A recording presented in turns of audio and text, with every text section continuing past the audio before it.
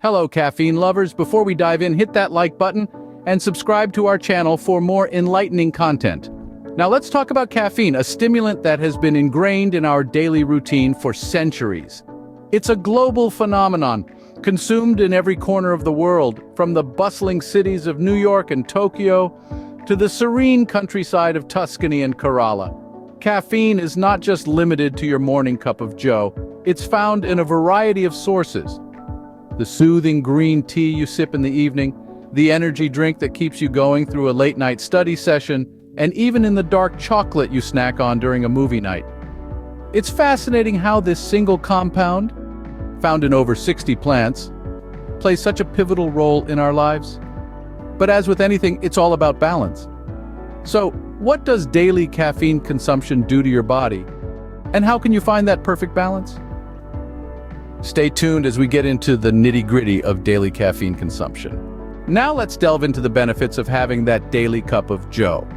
Yes, caffeine, the world's most widely consumed psychoactive substance, isn't just about keeping your eyelids open on a Monday morning. There's more to it than meets the eye. For starters, caffeine is known to boost your cognitive functions. It's like a spark plug for your brain, enhancing your memory, mood, and overall brain function.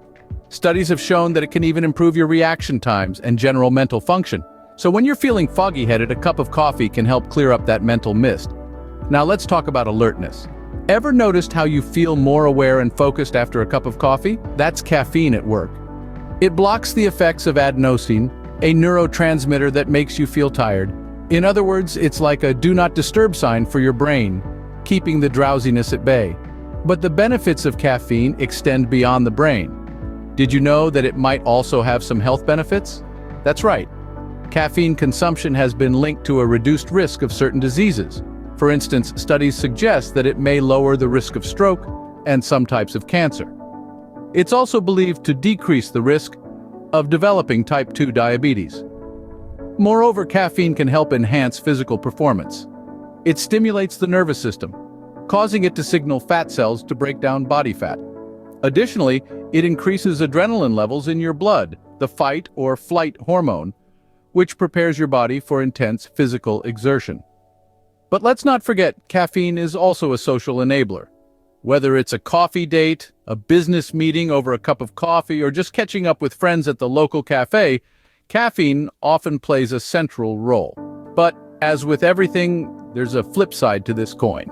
Stick around as we explore the potential downsides of daily caffeine consumption. Scene script. Time to explore the less glamorous side of caffeine, the potential cons. Firstly, let's talk about dependency. Yes, it's true. Caffeine can lead to physical dependence. The more you consume, the more your body becomes accustomed to it.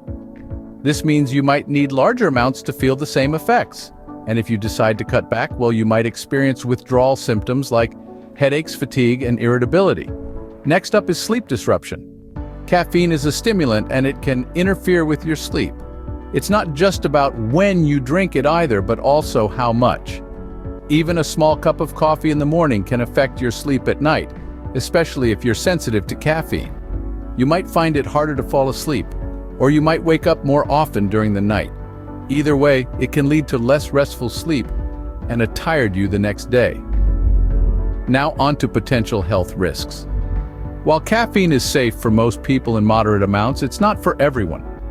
Some people may have conditions that make them more susceptible to the effects of caffeine. For example, if you have high blood pressure, heart problems, or anxiety, caffeine might exacerbate these issues.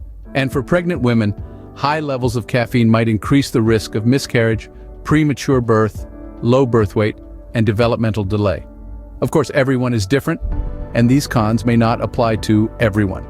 Some people can drink several cups of coffee a day with no issues, while others might feel jittery after just one cup. It's about understanding your body and how it reacts to caffeine. So, while that morning cup of joe or afternoon energy drink can feel like a lifesaver, it's important to be aware of these potential downsides. It's all about balance, folks. Too much of a good thing can sometimes lead to not so good things.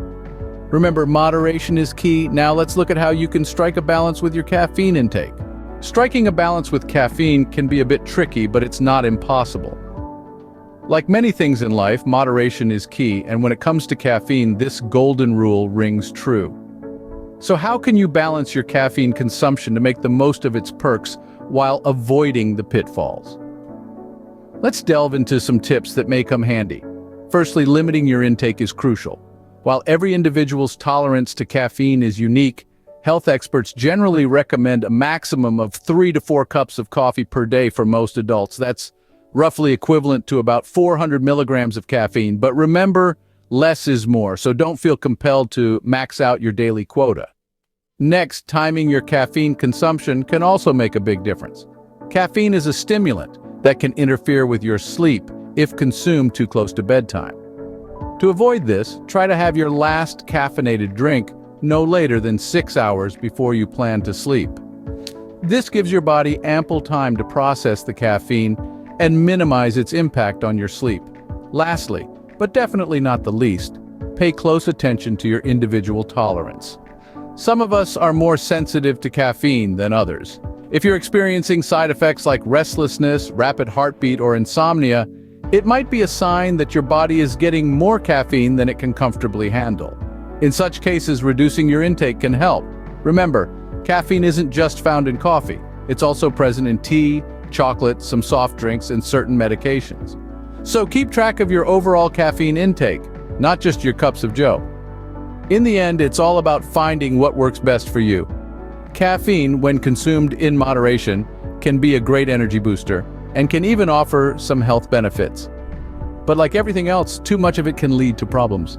Finding the right balance can help you enjoy the benefits of caffeine without the drawbacks. So, drink wisely and enjoy your brew. We've covered a lot today, and we want to hear from you. How is your journey with caffeine going? Perhaps you've discovered a new favorite blend or found a unique way to balance your daily caffeine intake. We're eager to learn from your experiences too, so go ahead, don't be shy, drop us a comment below. And hey, got a burning question about caffeine or a topic you'd like us to dive into next? We're all ears. Our goal is to create content that resonates with your interests and answers your queries. Before we wrap up, a quick reminder, if you found this video helpful or insightful, do give it a thumbs up. Your likes help us reach more coffee enthusiasts like yourself. And if you haven't already, do consider subscribing to our channel. We've got lots more brewing in the pipeline that you wouldn't want to miss. Thanks for tuning in, and remember to hit that like button and subscribe for more. Until next time, here's to enjoying your caffeine responsibly.